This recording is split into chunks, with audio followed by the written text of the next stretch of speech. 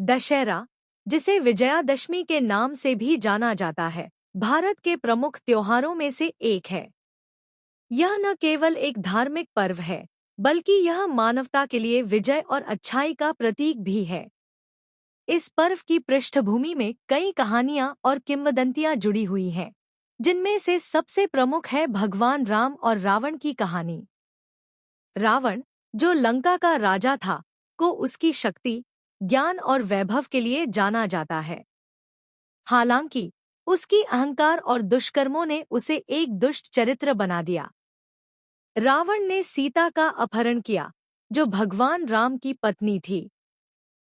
इस अपहरण ने राम और रावण के बीच एक महाकाय संघर्ष की शुरुआत की, जो अच्छाई और बुराई के बीच की लड़ाई को दर्शाता है। भगवान राम, जो कि विष्णु के अवतार माने जाते हैं, ने सीता को बचाने का संकल्प लिया। उन्होंने अपने भाई लक्ष्मण और हनुमान सहित एक सेना बनाई और लंका की ओर प्रस्थान किया। इस यात्रा के दौरान उन्होंने विभिन्न मित्रों और सहयोगियों का समर्थन प्राप्त किया, जैसे वानर सेना।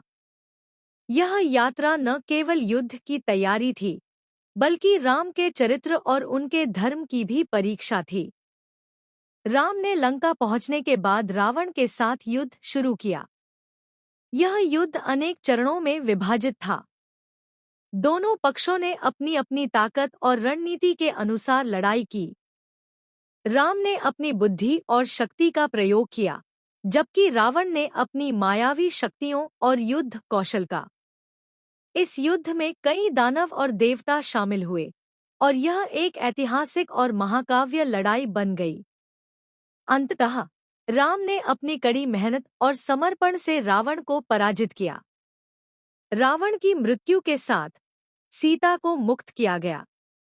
यह क्षण केवल एक व्यक्तिगत विजय नहीं था, बल्कि यह बुराई पर अच्छाई की विजय का प्रतीक बन गया। राम का यह कार्य धर्म की रक्षा और नकारात्मकता के खिलाफ खड़े होने का संदेश देता है। दशहरा के दिन रावण, मेघनाद और कुंभकर्ण की विशाल पुतले जलाए जाते हैं। यह पुतले रावण के अहंकार और बुराई का प्रतीक मानी जाती हैं। जब ये पुतले जलते हैं, तो मानो यह संदेश जाता है कि बुराई चाहे कितनी भी शक्तिशाली क्यों न हो, अंत में अच्छाई की जीत होती है। इस दिन लोग अपने परिवारों और दोस्तों के साथ मिलकर खुशियां मनाते हैं, मिठाइयां बांटते हैं और एक दूसरे को बधाई देते हैं। भारत के विभिन्न हिस्सों में दशहरा के उत्सव के तरीके भिन्न होते हैं। उत्तर भारत में इसे रामलीला के माध्यम से मनाया जाता है, जहां भगवान राम की जीवन यात्रा को नाटकीय रूप में प्रस्तुत किया जाता है।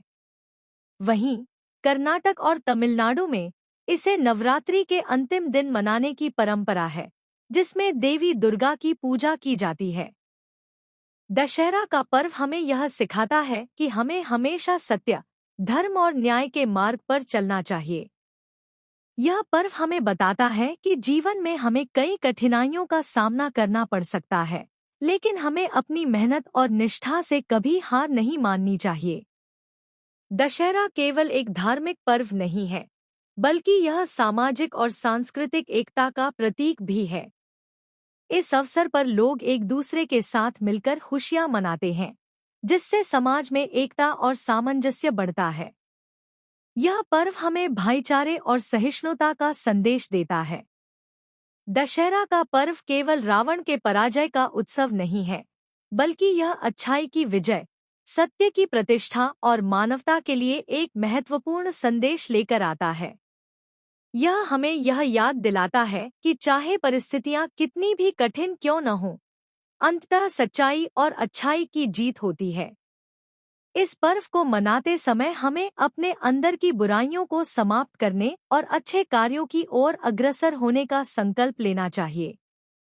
इस प्रकार दशहरा का पर्व न केवल धार्मिक बल्कि सामाजिक, सांस्कृतिक और व्यक्तिगत विकास का भी एक महत्वपूर्ण अवसर है। हर वर्ष जब हम इस पर्व को मनाते हैं, तो हम अपने जीवन में अच्छाई, साहस और निष्ठा को आत्मसात करने का संकल्प लेते हैं। यह पर्व हमें याद दिलाता है कि अच्छाई की विजय अवश्य होती है और हमें इसे अपने जीवन में अपनाना चाहिए। जानकारी अच्छी लगी हो तो हमारे दीप कहानी टीवी चैनल को जरूर सब्सक्राइब करें। साथ ही वीडियो को लाइक, कमेंट और अपने दोस्तों को शेयर जरूर करें, ताकि हम आपके लिए ऐसी ही ढेर सारी वीडियो लाते रहे।